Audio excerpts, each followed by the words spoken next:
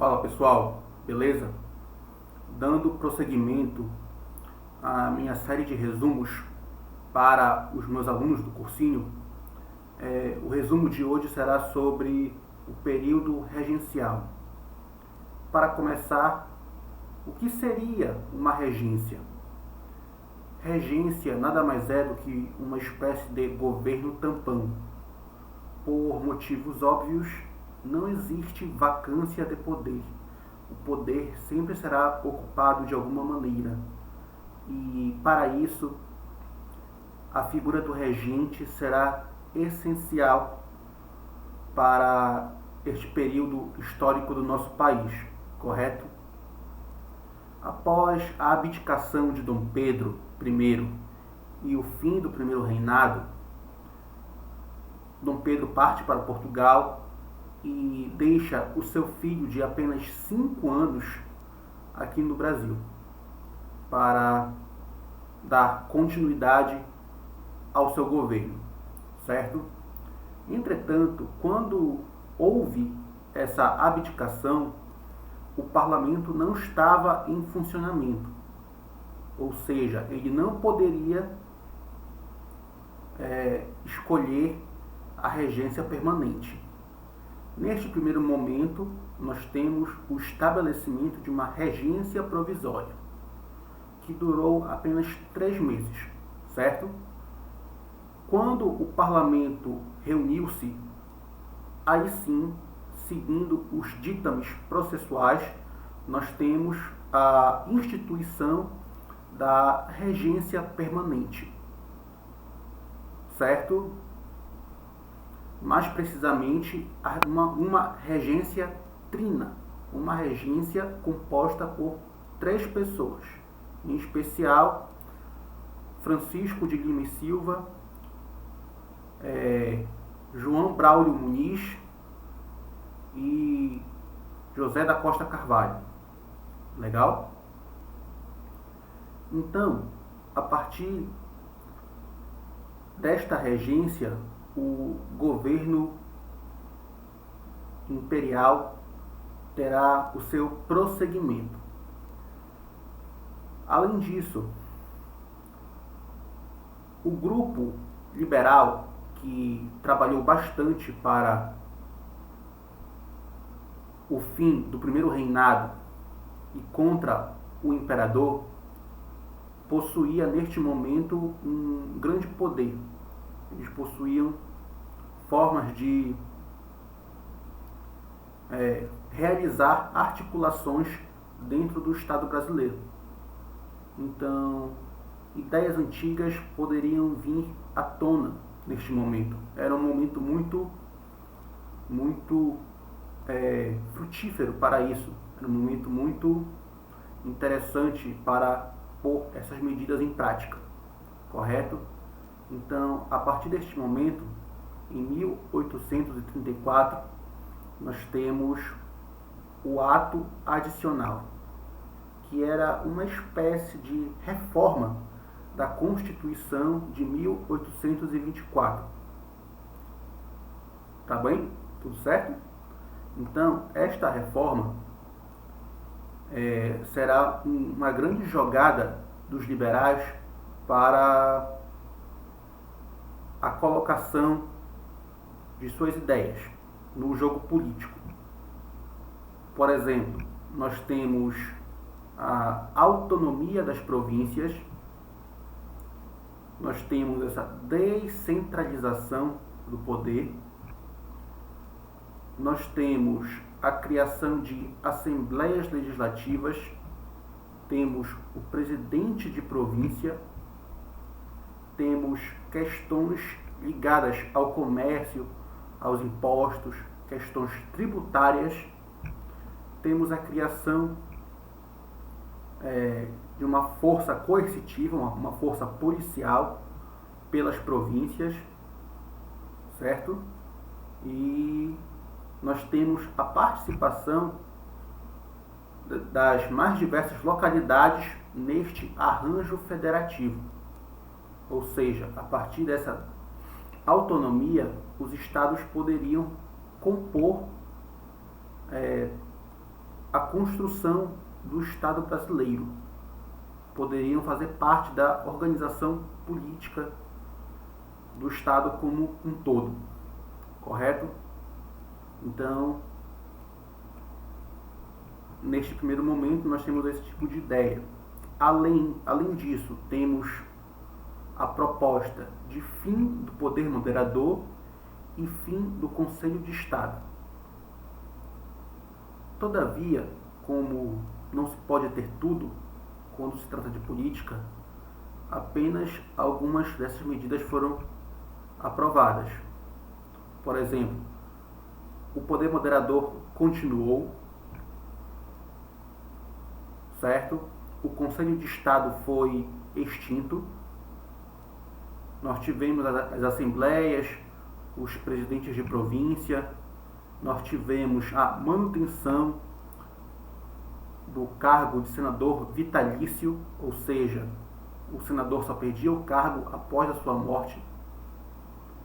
E assim o jogo político foi se desenvolvendo nesta etapa regencial.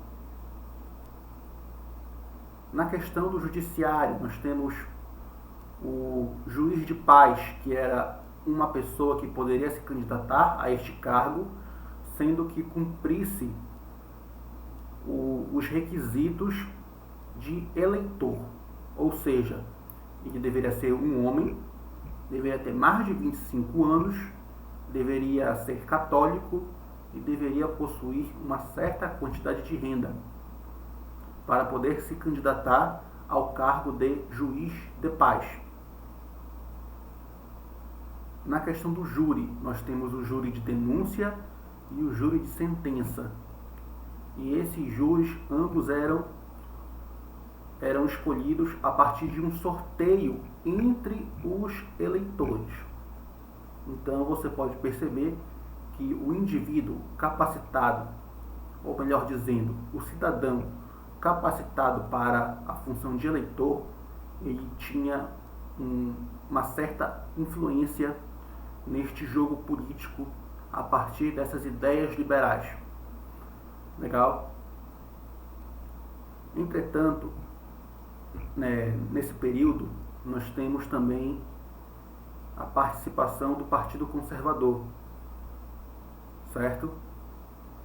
E o Partido Conservador não ficou nada satisfeito com todas essas medidas liberais, principalmente com aquela medida que falava sobre a substituição da regência trina por uma regência una, cujo cargo foi ocupado pelo padre Diogo Antônio Feijó, que era um grande nome no meio liberal, certo? Além disso, Feijó foi o responsável pela criação da Guarda Nacional, que era uma espécie de meio termo entre o exército e a força local coercitiva das províncias. Então, os conservadores ficaram bastante preocupados e propuseram medidas para tentar contornar o avanço liberal. Dentre essas medidas, nós temos a proposta de interpretação do ato adicional, onde os conservadores queriam, além de uma nova interpretação, eles queriam uma nova proposta para o Código de Processo Criminal, certo? Então, pode parecer estranho para quem não está muito atento, mas os liberais queriam manter a ordem e os conservadores queriam reformas, certo? Mas isso porque os liberais que estavam com predomínio e os conservadores se sentiam de lado, se sentiam como se eles tivessem sido jogados para escanteio. Então, eles tentaram retomar o seu poder de influência através dessas contrapropostas, entre elas a mencionada sobre a reinterpretação do ato adicional e sobre a reforma do Código de Processo Criminal.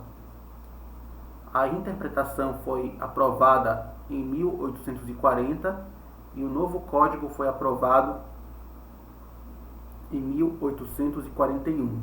Além disso, houve o retorno do Conselho de Estado, certo?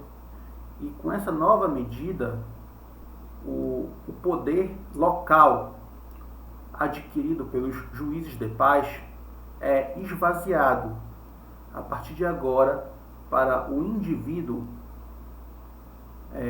fazer parte do judiciário. Ele deveria ter uma formação técnica, deveria ter um diploma e deveria ser nomeado pelo imperador. Legal? Então, a partir deste quadro geral, nós temos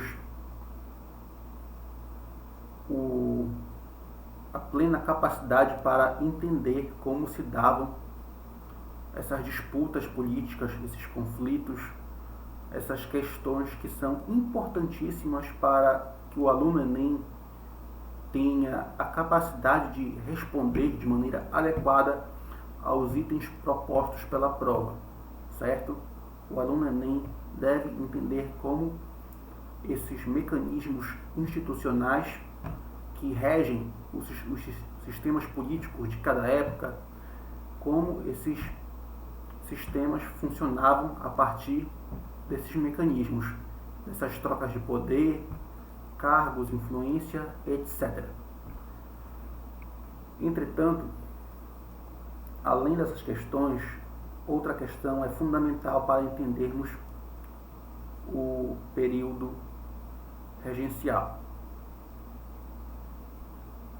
Dentre elas,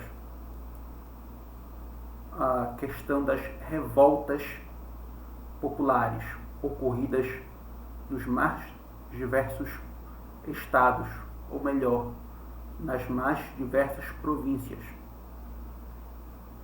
Para esse resumo, vamos ficar em apenas duas: a balaiada e a cabanagem.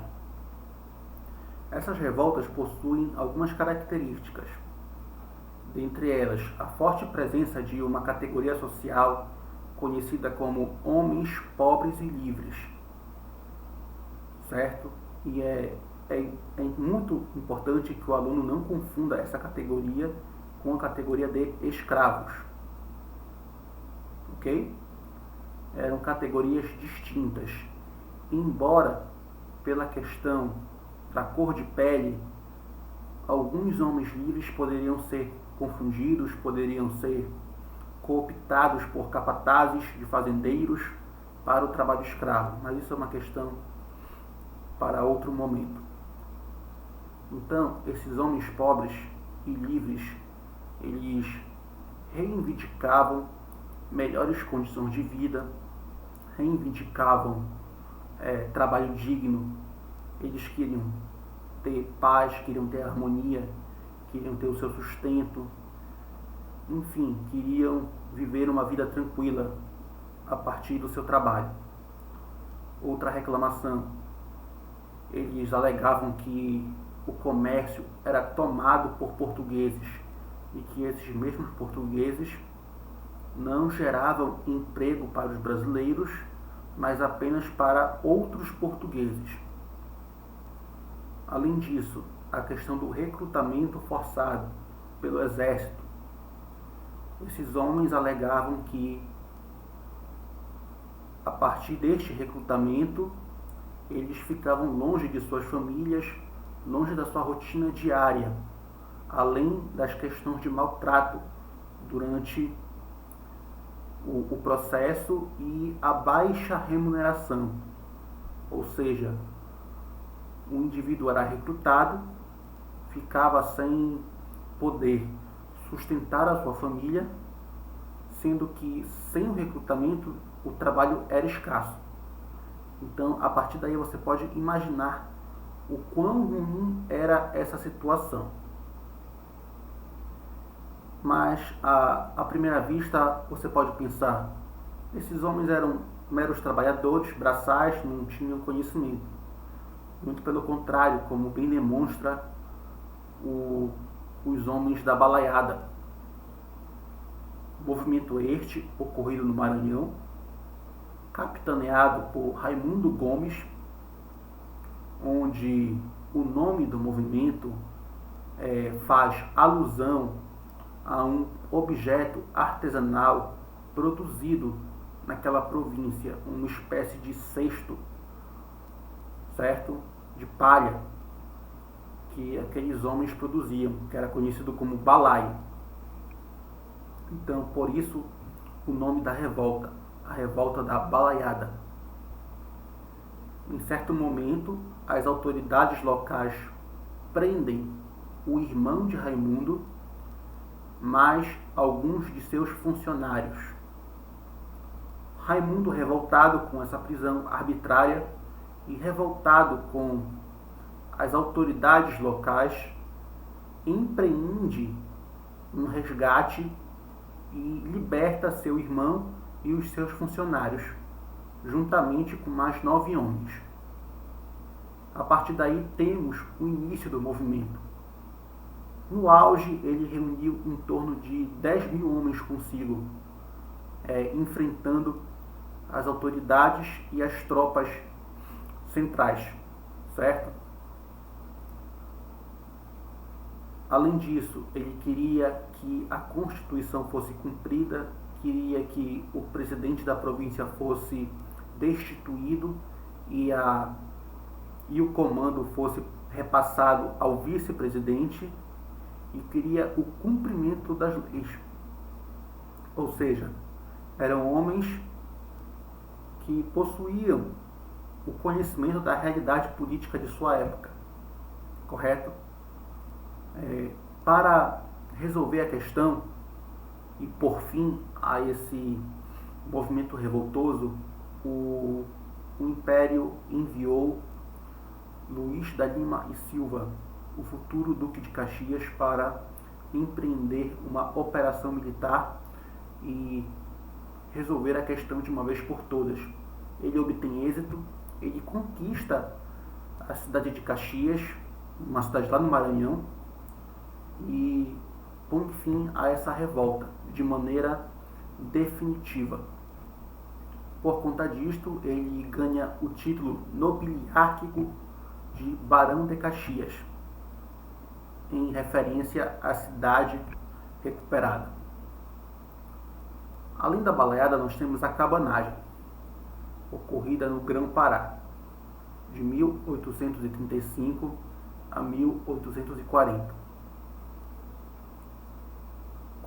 Em condições semelhantes, as populações eram desfavorecidas, sofriam muito, péssimas condições de vida, enfim.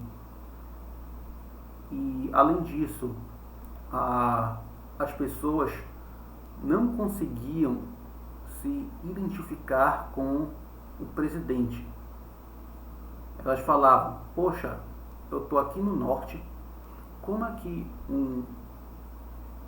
uma pessoa lá do Centro-Sul vem para cá para ser o presidente e comandar a região? Ou seja, eles queriam um representante que fosse entendido da cultura local. Então, motivados pela elite local, essas pessoas acabam se revoltando, acabam gerando um movimento revoltoso que vem a acabar com a vida do presidente da província. Legal, vocês sabem, eu não posso falar aqui no YouTube, certo? Então, neste dia, o presidente Bernardo de Lobo e Souza vem a ter o seu fim. No lugar dele, assume Félix Malcher. Entretanto, havia uma discrepância entre os interesses da elite e os interesses do povo. Félix Malcher apenas queria pacificar a situação e deixar as pessoas na mesma condição, certo? As pessoas inconformadas não gostaram nada disso e resolveram prosseguir com a revolta, até o momento em que Félix Mocher cai. No lugar dele, assume Francisco Vinagre. Mesma coisa, não resiste. No lugar de Francisco Vinagre, assume Eduardo Angelim. Mesmo esquema, não resolve a situação, as pessoas ficam naquelas mesmas condições precárias e a elite local permanece também com o seu estilo de vida, correto? Então, a grande sacada da cabanagem é que ela demonstra de maneira muito eficaz esse abismo que existe entre o povo, entre essas elites e entre o discurso e a prática, certo? Então, a cabanagem nesse sentido é muito didática para explicar essas fissuras que compõem a sociedade, independente da época que seja, certo? No saldo de mais de 30 mil pessoas tiveram seu fim, certo? Então foi uma revolta bem sangrenta e que foi combatida pelo governo central. Então, para este resumo, acabamos por aqui. Para o próximo, nós vamos falar sobre a revolta dos malês, a guerra dos farrapos e a sabinada, certo? Para você que não é meu aluno e gostou deste vídeo, deixa aí a sua curtida, se inscreva no canal, ative as notificações e caso queira ser meu aluno também, entre em contato aí pelo meu e-mail, certo? Valeu, pessoal, até a próxima.